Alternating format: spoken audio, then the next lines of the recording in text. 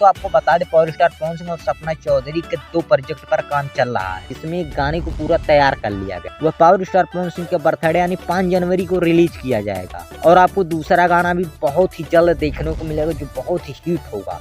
इस गाने के कुछ फोटो और क्लिप बड़ी तेजी से वायरल हो रहे हैं, जिसमें पावर स्टार पवन सिंह को आपने थार में भी देखा होगा। यह गाना पूरे भोजपुरी इंडस्ट्री में बवाल करके रख देगा।